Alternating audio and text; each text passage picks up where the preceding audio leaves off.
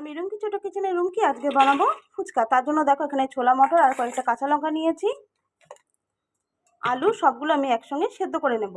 অন্যদিকে আমি পাকা তেঁতুলটা কিছুক্ষণের জন্য ভিজিয়ে রাখবো। ছোলা মটর লঙ্কা আর আলুটা সেদ্ধ হয়ে গেছে, আলুটা আমি খোসা ছাড়িয়ে নিয়েছি। এবার তেঁতুলটা আমি চটকে পাল্পটা বের করে নেব।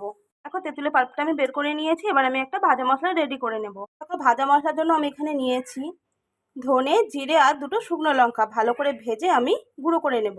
দেখো যে মশলাটা ভেজে নিয়েছিলাম গুঁড়ো করে আমি এর মধ্যে কিছুটা দিয়ে দেবো। এখানে পুদিনা পাতা আর ধনে পাতা আমি পিষে নিয়েছি, এটা আমি দিয়ে দেবো। দেবো লেবুর রস।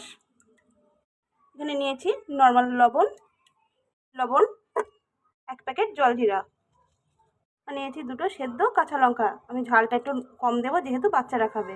জলটা রেডি হয়ে গেছে, এবার আমি আলুটা মেখে নেব। আলুগুলো আমি সবার প্রথমে ম্যাশ করে নেব। দুটো সেদ্ধ লঙ্কা,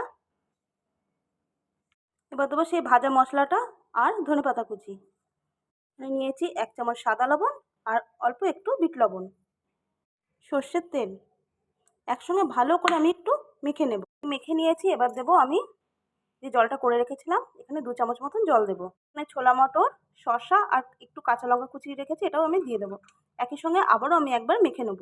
আমি ভালো করে মেখে নিয়েছি। আমি কিন্তু রেডিমেড ফুচকা ব্যবহার করছি, তো এই ফুচকাটা আমি ভেজে নেব। ফুচকাগুলো ভেজে নিয়েছি, চলো এবার খাওয়ার পালা।